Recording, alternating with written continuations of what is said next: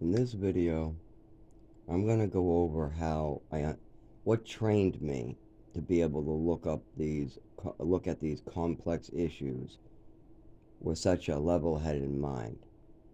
And part of it is that when I was 10, 12, 13 years old, I had to be an adult for a 50, 60-year-old, my mother, my father. They would act completely irresponsible and cause dangerous situations that could get me killed, me poisoned, me hurt, cut off my doctors, but also hurt other people. And I didn't realize this at first, but I later realized what my mother was doing was completely nuts. But I'll give you two examples of when my mother was acting completely nuts, and then we'll move on and you'll see how I had to slowly learn how to make my own decisions better than my own mother, because when I listen to my mother, I get into trouble. So we figured this out. I'll give you two examples. So my mother has a friend at work. They set up a play date. I think this person needs a babysitter or something because I've never met this kid before. My mother says that she has a play date for me. This is when I'm living in Westford or Texas. Pretty sure Westford, though. Pretty sure this wasn't in Texas, but it could have been one of her friends in Texas. But I'm pretty sure it was in Westford. Anyways, so my mother brings me in the house. There's a couch on the right. If you go straight ahead, there's a kitchen, and there's a TV to the left. I go to hang out with this new kid. We meet each other. He shows me his toys. We're playing on the couch. My mother, now there's no supervision. My mother's the adult here. I'm maybe 7 years old. This kid's about 7 years old. We're really young. I'm about 7 or 8, right before New Mexico, that's for sure. It's before New Mexico, but it's after my adoption. So I'm playing with this kid, and my mother's in the kitchen baking cookies. Just my mother and me and this kid. We're playing on the couch. My mother comes out with a cookie tray with just two cookies on it. The kid comes over with me. He goes to grab a cookie, and my mother goes, "No, no, no, no, not that cookie. The other cookie." And the kid's all scared, grabs the other cookie, and goes back to eat his cookie. Then I grab the cookie that my mother wants me. She goes, "No, Zach, you need that cookie. You eat that cookie." So I take that cookie and I start eating it. The kid asks me, "Why why did your mother not let me take that cookie?" I said, "It's probably meds in it or something. I don't know." And I ate it. Now, what happened after we ate the cookies? I felt no different. I was still playing with my toys. I'm still hyper. I'm doing my thing. But this other kid, he starts looking very tired looking, slows down, stops playing. By the time I leave with my mother, he's definitely more lethargic than he started. Now, I don't know if I ate the cookie or this kid. I'm just reporting the facts. The facts are my mother would not let the kid take, and there was only two cookies on this whole tray. She threw away all other cookies. So she really just baked a batch of two cookies, just two cookies, and only one of them the other kid could have. So you know what's going on here. She crushed up a pill and threw it in one of the cookies. But my mother wasn't sane enough to do stuff like that. She wasn't having doctor's permission to do this. We don't even know if that's medication I was prescribed. It was probably one of her pain pills from her pocket because she was worried that we were too hyper and it was too much work. So she was going to drug me to make the job easier. But I felt no different. Where normally I feel really different when my mother slips me pills. But this kid did slow down. So most likely she slipped the wrong kid the wrong cookie. And then I never ever heard my mother get invited back to this house again. We never went back.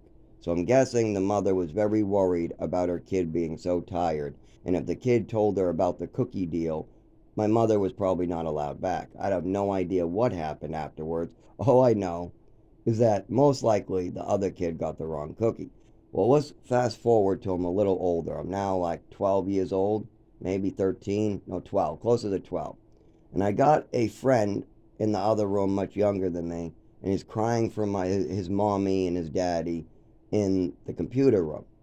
He's crying and crying, and I try to talk him. "It's okay. Let's go play. It's okay." "No, I want to go home. I want to go home. I want my mommy." I go, oh, this isn't stopping. So I go up to my mother. My father's to the left. My mother's on the couch. I go up to my mother, and I get say, "What do I do? He's crying. He wants his mommy. He wants to go home. What do I do? Do I give him a hug? Do we call his mother?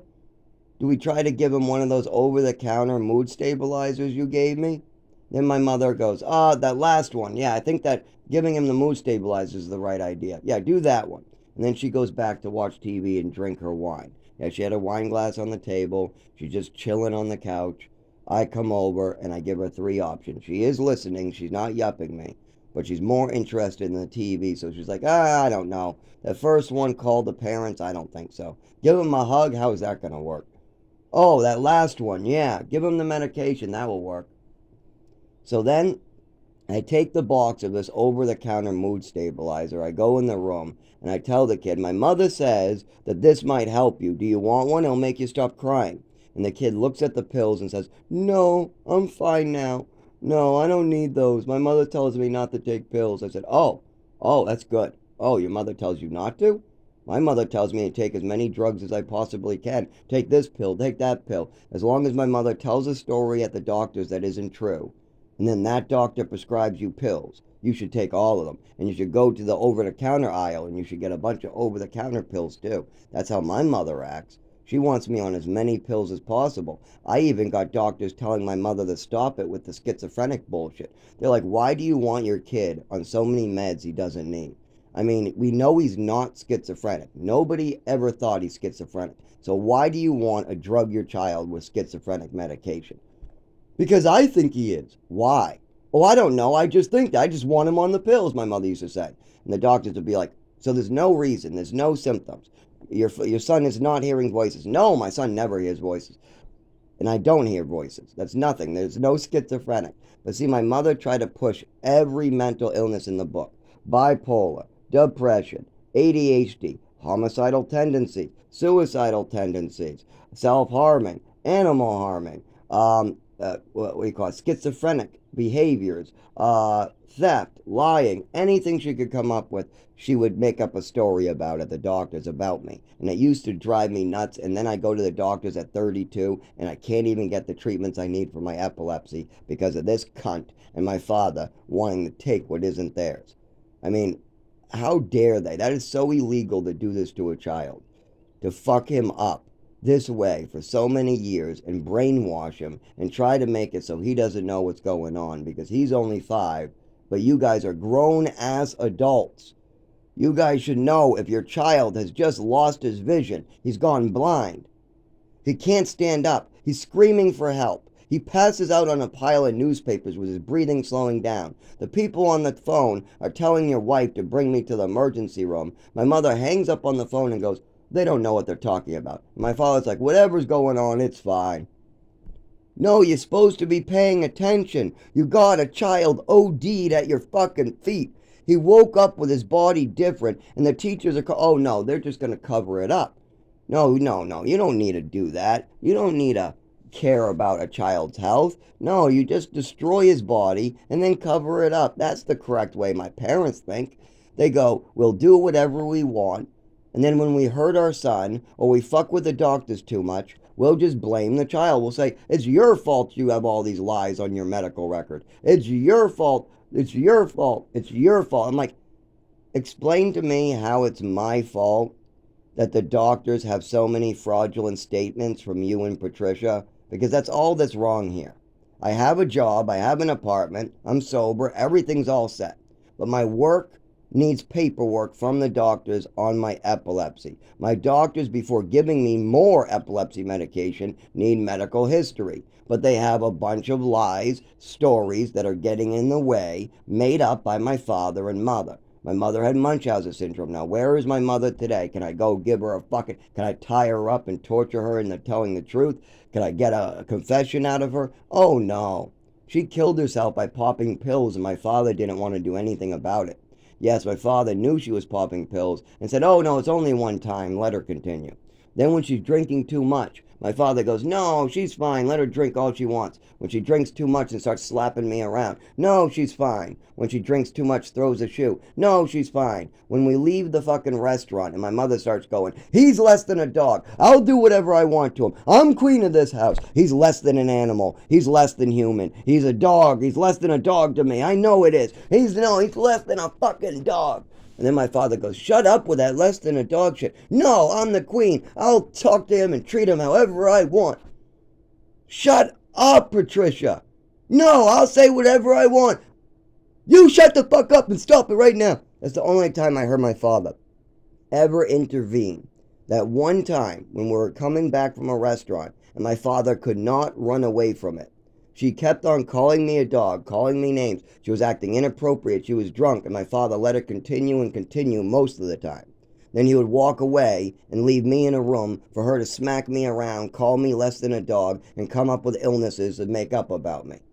Oh, yeah, he's burning down houses. No, everything is suicidal thoughts. No, he jumped in a pool, it's suicide. He's bumping in the furniture, it's suicide. Now tell me, seeing as I was being called in the kitchen because I was bumping into stuff due to a neurological disorder. We know that now at 32 because I've actually done the work necessary to get better. But at the age of about 16, 15, I'm called into the living room because since age 7, I've had coordination issues. I've been bumping in the furniture, my speech has been fucked up, I keep on bumping in the doorways, bed frames, my watches keep on breaking on doorknobs, I just keep on having problems with my movements of my body. It feels awful, it's like a shock in the back. I don't know what to call it, I have no idea what the fuck is going on, but my mother calls me in to berate me some more. She wants to yell at me a little bit. But she calls me and goes, why do you got scabs on your shin? Why does your elbows always caught? Why is your wristwatch broken? Why are you always got scabs on you? And I tell her the truth. I said, well, it's kind of like stubbing your toe. It's like that normal stuff where kids stub their toe. I fall down. I fall off my bike. I bump into stuff. You know, that type of stuff. Now, if my mother brought me to the doctors like she was supposed to do, and I told the doctors about this, they would have looked into my neurological disorder. So why was I not brought to the doctors for this neurological disorder after 25 years? Why have the doctors heard nothing about this neurological disorder? Well, let's go back to 15. I'm in the living room. We now know there's something wrong because my body is cut up with scabs and they think I'm falling down and bumping into stuff way too much. They say nobody stubs their toe that much, so there's something else going on. I say, okay, well, I'm just falling down and bumping into stuff all the time. If that means something else, then we should go to the doctor, I'm thinking. And I told them the truth and all about the truth. I just told them what happened. My shin from door frames, bed frames, it happens all the time. It drives me nuts. It hurts. I'll whack my shin all the time and go, motherfucker, when will this finally stop? It will stop when my father and mother tell the truth and I get the epilepsy medication I need. We know that now. Luckily, I know what treatment is needed. I'm just not allowed to get it because my mother and father told way too many stories at the doctors. So as soon as I get them to do the right thing by Jesus Christ and come clean with their sins, then I can go to the doctors and get my help. But I go to the doctors now, and it's all a big mess. Even when they scrape me off with the cement and I have no drugs in my system, they're like, we have a record of him living in the woods as an alcoholic. We have his mother calling him a drug addict all the time. We got all this fucking mental health stuff. And we found this guy unconscious on the side of the road, bloody, with a head injury. But there's no drugs in his system. Just release him. Just release him. And then they release me, and I'm falling down in front of the hospital. Why would a hospital treat me like that? They don't treat other people like that, because other people don't have made up stories on their medical history. My mother and father made up over 1,000 stories. We're not talking about one story. We're not talking about two stories. We're talking about my mother at age 5 started constantly trying to go to psych doctors and come up with fantasies to get me drugs and get herself drugs. So, did that ever stop? No. The day she died, when I was 19, she was still continuing with this bullshit. So what happens if you have a crazy Munchausen mother that is out of control, that brings you to 4 to 5 different states? She brings you all around the country. She brings you to Maine, Massachusetts, Florida, New Mexico, Texas, Massachusetts, and Maine. She brings you to all these states. She's drugging you. She's making up stories with doctors. What happens to you if you have a mother like that? What are the consequences for your mother's actions if she wants to make up stories at the doctors? What could happen if your mother continues to make up stories with psych doctors? Well, you'll be drugged. You'll be over-medicated. You'll exhibit symptoms that you shouldn't be exhibiting. You'll be tired during class. You'll have seizures. You'll vomit. You'll lose your appetite. You'll gain an appetite. You'll get headaches. You'll get hangovers. You'll drool. You'll have problems moving your body. And, most importantly, you won't be able to get the treatments you need. If you have an actual real illness and your mother is coming up with fake illnesses constantly, you will never get treatment while your mother is alive. Now, let's say my father goes, I wish my wife was here, and then I could ask her about this. Yeah, without my wife here, I don't want to do anything, because we don't know if he's telling the truth or not. Okay, you want to know what Patricia, my mother, would say if we brought this up to her today? It's all a fantasy. It's all a lie. Heard him. Cut off his medical care. Oh, it's all a fantasy. It's all a lie. I don't remember it. I don't remember it. I don't remember it. I don't remember it. It's a lie. It's a fantasy. You're mentally ill. It's a lie. It's a fantasy. It's mentally ill. Oh, yes, yes, yes, yes. That is my mother's and father's excuse for everything they've ever done. When my father stole Social Security money illegally and did the wrong thing, when my father got in trouble and he was facing charges, he was ready to blame me for his mistake. So I had to bail him out. Because if I didn't bail him out and I just went along with the flow and he was brought to court and he had to pay me 12 grand because of his mistake, I would be the one punished. So, no. And my mother was holding my health care hostage at that time, and I still needed to know more about what's going on with my health care because I was still getting worse, even though these meds are supposed to make me better. Why am I getting worse if these meds are supposed to make me better? Because my mother's telling fantasies at the doctors. She's making up stories, and a doctor is only as good as the information they get. The way psychiatrists work is that they go by the parents' information. So they get in a feedback loop. My mother will tell a story to the doctors, right? She'll get the doctor to sign off on her story. I think my son is bipolar because he's hyper one minute and slow the next. But she's giving me drugs to slow me down. I'm always hyper. The only time I'm slow is if you give me drugs that slow me down. If you give me downers, I get down. If you give me depressants, I get depressed. That's it. So I go up my normal hyperness. Then they give me drugs, I go back down. So there's stuff like that. So my mother will have that signed off on, right? And then she'll use that as proof. Hey, see, a doctor said it, so it must be true. No, there is no attachment disorder machine, Mom and Dad. You don't put a child in the attachment disorder machine and they come out. And a doctor has no idea if your child has attachment disorder or not. You know how a doctor gives a diagnosis of attachment disorder? They ask the parents to give good information. But see, my mother was bringing in swimming medals, misinforming the doctor. So let's see. If the doctor was told that I went to show my mother my accomplishments, that means I'm getting attached.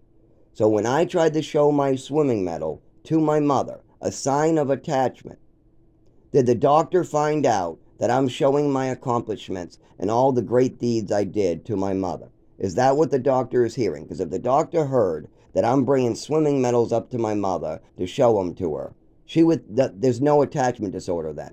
But did my mother tell the truth about that medal, saying that I was bringing all my old medals to show her? Oh, Zach was in his Legos and he wants to show me his accomplishments. Oh, that's very nice of your son. Oh, so it sounds like your son's getting very attached to you. So that's what should have happened. Then the doctor would say there was no attachment disorder because I was coming up very attached, wanting to show her my accomplishments. But see, the opposite happened. My mother made up stories about the medal. Said it was some African American's medal and it was stolen and I'm no good and I'm lying and I'm a fantasy spinner and I'm crying for 2 weeks for no reason. I'm just trying to hurt her. I'm out to get her. So I'm out to get my mother. This has nothing to do with that. So then she tries to convince the doctor I'm out to get her. I'm writing my name on stuff. I'm lying. I'm stealing from black kids. All these type of things. So what does the doctor write instead? He writes attachment disorder because my mother goes, I want attachment disorder. I want meds. I want you to sign this. So then she gets him to sign attachment disorder. But then she uses that as proof later. So it's a big feedback loop. My mother feeds information to a doctor that is false. Then she has the doctor sign off on the piece of paper because their father paid for it. My father paid them. You don't bite the hand that feeds you. My mother has lots of stories. The kid's sitting right there crying. Just sign off of it and get rid of them. But then she'll take that piece of paper to another doctor while drugging me some more and slipping me pills. Then that doctor has no idea what's going on, so he just signs off on my mother's bullshit. And this continues and continues and continues to the point where my mother's driving all the way to Boston, 2.5 hours away, to see a doctor when there's plenty of doctors right near her. But see, in Westford, there are doctors that did not believe my mother at age 7. But they didn't know what was going on either. They never let them finish. The doctors were about to help me in Westford. They knew about the coordination. They knew about the physical illness. They knew all these things that are happening to me today were happening then, and they wanted to treat it. When I was 5 to 7 years old, they saw my neurological disorder happen to me. They saw the change in my body, and they wanted to help me. But see, those teachers and those doctors knew me before the overdose. And then they knew me after the overdose. So they knew something happened to me. But my mother wanted to hide it. So did my father. Well, my father just wanted nothing to do with it. He would let his wife just tear me to pieces multiple times. He even let his wife whip me around in front of her grandson, scaring the fuck out of their grandson. Yeah. What type of grandfather scares their grandson by letting him watch a ruler beating in another room? That's fucked up shit. You can't tell me that my mother wasn't fucked up when she's whipping a kid for no reason with a ruler in front of her grandson, so that way her grandson will cry, get upset, and pass the message up to his father. That way his father can get back. Because, oh, my mother hated Tim. My mother's name is Patricia, and my brother's name is Tim. They never got along. They would fight. It was probably a good thing, because at least it kind of woke up some of the family. But anyways, my mother hated that. So she used to try to like get back at him a lot. She used to try to be like, we need to give Tim meds. We need to drug Tim. We need to put Tim on meds. Oh, no, Tim's out to get me. That's all it is. He's lying. He's out to get me. Tim's a liar. That's what it is. Tim's a liar. And Zach's a liar. And Seth's a liar. They're all liars and out to get me. Okay, that's what my mother was telling my father. So when my nephew, their grandson, Seth, talks to Tim and says, oh my God, Zach is getting a ruler to the face and it's scaring me. I don't want to visit anymore.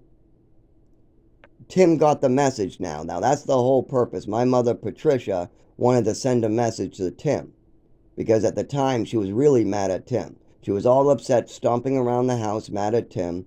And then all of a sudden, while I'm playing with Seth, she goes out, grabs me, brings me to another room, starts slapping me around with a ruler in front of Seth, making Seth cry. And then Seth tells his father about this type of stuff. And his father goes, why don't you tell Grandpa about it? So then Seth and me, we go up to tell my father, hey, your wife is crazy. She's hurting children. She's drugging me. She's lying about me. She's lying all the time. Stuff like that. I was trying to bring to my father's attention. She's popping pills in the closet. She's drinking too much. She has to go to therapy at work while she blames the kid for it. No kid can make you go to therapy as an adult. If you're 60 years old and your work makes you go to therapy, that has nothing to do with your kid. That is your actions. That's something you did that people are worried about. No job is forcing you to go to therapy because of something that happened at home with your kid. That's just not the case. Anyways, so my nephew comes up to my father, his grandfather, and says, your wife is scaring me. I don't really want to visit. She's hitting Zach. I don't like this. And then his wife goes, they're just out to get me. Yeah, it's all a gang up. Yeah, Seth is out to get me. Zach is out to get me. And Tim told them to say it. Yeah, Tim is the one behind this. Tim is trying to set me up. So then my father does nothing. Lets us continue getting hurt. Lets Patricia keep on making stories at the doctor. Lets her keep on drinking and popping pills. She still continues to slap me around. And most importantly, all that stuff might be over when you're an adult, except for manipulating doctors and Social Security. If you're letting your wife go nuts on your son's body, drugging him, slipping him pills, and making up stories at the doctors, and you're getting Social Security for this kid at 17, and you're getting Social Security from this kid at 18, and you're stealing Social Security from this kid at 19, and your mother is still coming up with these stories at the doctors. And then at 20, you drop your son off to live in the woods, and he's living in the woods like a homeless bum, working over 100 hours a week, free of labor, to try to get a place to stay. What do you think is going to happen then? You think the doctors are going to know any more when they scrape him off the side of the road from a seizure? No, they're going to scrape you off the side of the road. You're going to wake up in the hospital. They're going to tell you, "Hey, what happened?" You're going to say, "I don't know. I just shook and I fell and then I went unconscious." "Well, we don't find any drugs in your system. Why are you sober?" "Because I'm trying to be sober." That's a stupid question. "Well, we're going to release you. We have no idea what this is, so we're releasing you. All we know is that you're insane. Your parents say you're making it up and doing it on purpose. Do it on purpose someplace else." I'm not doing it on purpose. Oh my God. You think I wouldn't be returning to work like this? It's 25 fucking years. Nobody has problems moving their legs on purpose for 25 fucking years.